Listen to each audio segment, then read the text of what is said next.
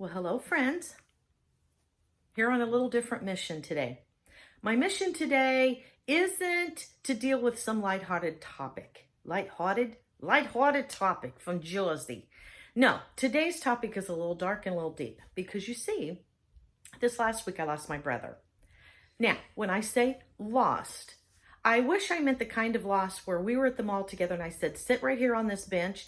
I'm going to run into Dillard's because they're having a sale. And when I come out, we'll go get ice cream together. And then when I come out, he's not at the bench. So you have to go to guest services and say, will you please page Michael Dwayne and tell him to meet me over at the carousel. And he's in a lot of trouble because he has scared me. No, that's the temporary kind of lost. No, his is the more permanent kind. You see, he graduated to heaven last week. Now, it's a challenge and it's a difficulty, especially because our family has a really weird relationship with death. Now, let me elaborate by saying, I think everyone should have a weird relationship with death, technically. And if you don't, I think I need to pray for you because death is just weird. No matter how you slice it, I'm walking through life. We are singing songs together and eating popcorn together and we talk on the phone and we love and we live and then you're just gone. It's weird. I even think funeral directors and what are those cremation people? I think it even has to be weird for them because theirs is the opposite. It becomes so normal. It's like, yeah, next. Death is weird. And so we're working through I don't know how many stages of grief there are, but yeah, we've already went through the, oh my gosh, I miss you. Oh my gosh, I'm so angry. Oh my gosh, I mean, there's just so many weird things that bubble up when somebody passes away, which I like that. Passes away. That seems so much better than dead. See, we even, because of the weirdness of it, we try and soften the phraseology about it. My granddaughter and I, we laugh all the time because she's younger and we found a dead bird one time.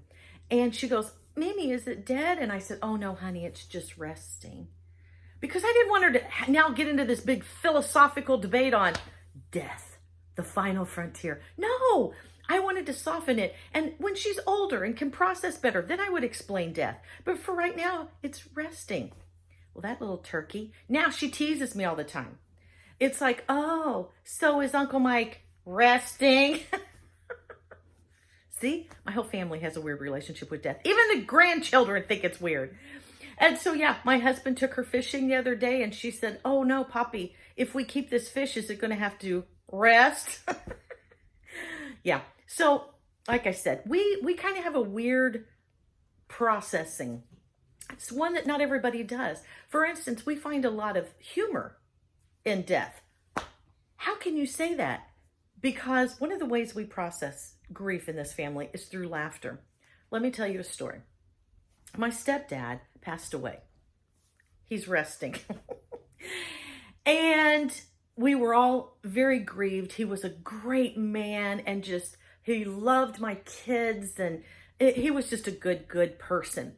And so we were all, grieving.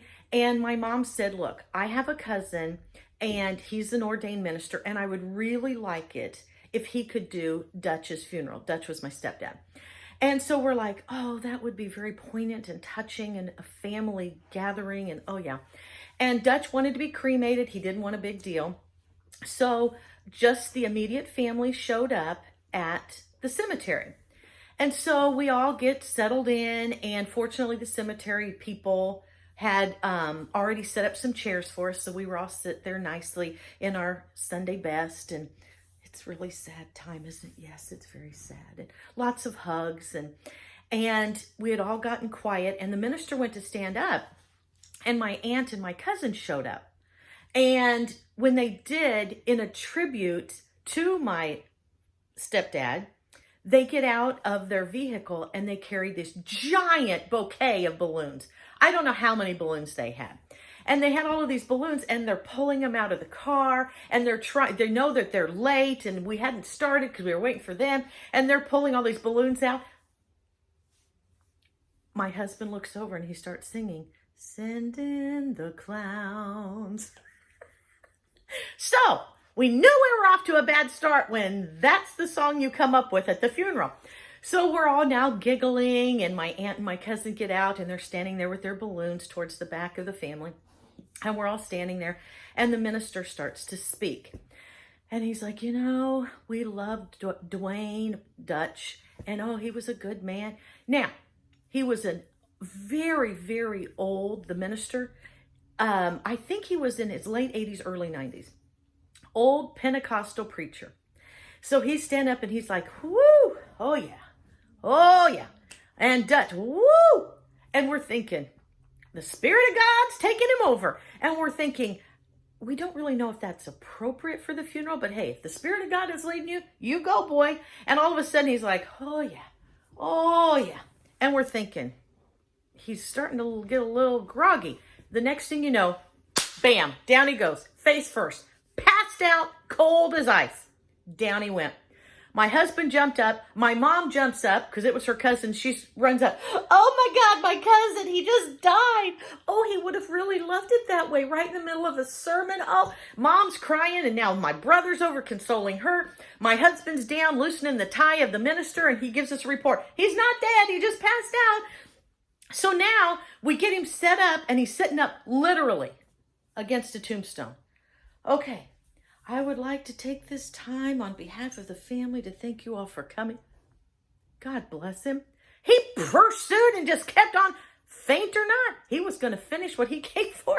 And my husband reaches down, puts his arm around him. He goes, buddy, it's okay. Just let it go. We got it. We got the idea. So that was dramatic enough. But my aunt and my cousin still had their balloons. So they take all of the little grandkids and great-grandkids over and put them under the tree. And they said, now, did you hear what I said? Under the tree. We are going to release these balloons in honor of Papa Dutch. And we are going to release them as his spirit was released to God. So shall these balloons go. And all the little kids are standing there with their little one balloon on a string. And they said, okay, Dutch, be free. And everybody let their balloons go under the tree. Pop, pop, pop, pop, pop, pop. Yeah. The tree was like a professional basketball player slam dunking. No. Nope. And batted them balloons right back down to the earth. We all turned around, slowly walked to our car and went, we can't even do a funeral right. So this time, my brother, knowing you guys are going to screw it up anyway. I don't even want a funeral because you're just going to make it some dramatic event. And so he chose to be cremated with no visitation or memorial. And you know what? Visitations are weird anyway. No one's going to be able to do my hair right. No one's going to be able to do my makeup right. And seriously, I don't know that God would let me watch over my funeral because I would probably be frustrated. I'm like, seriously, you put me in that dress? What were you thinking?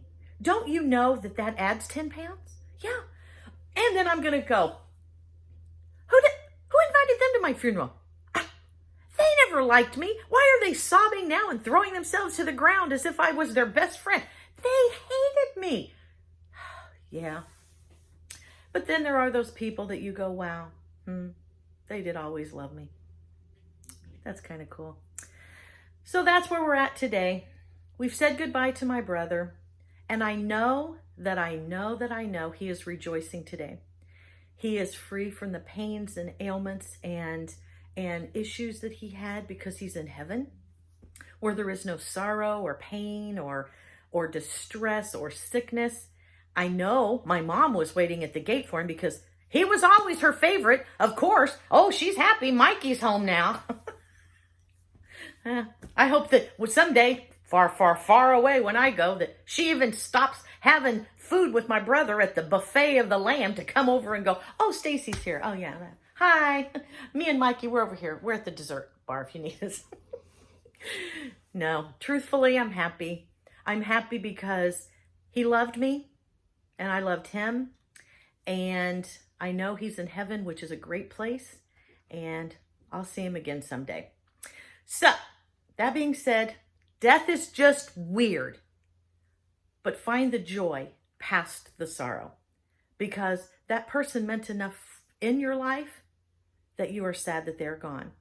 That's a life that should be honored and remembered in the beauty in which it was lived. So that's what I'm doing today. I love my big brother, always will. Okay, folks, we'll talk soon.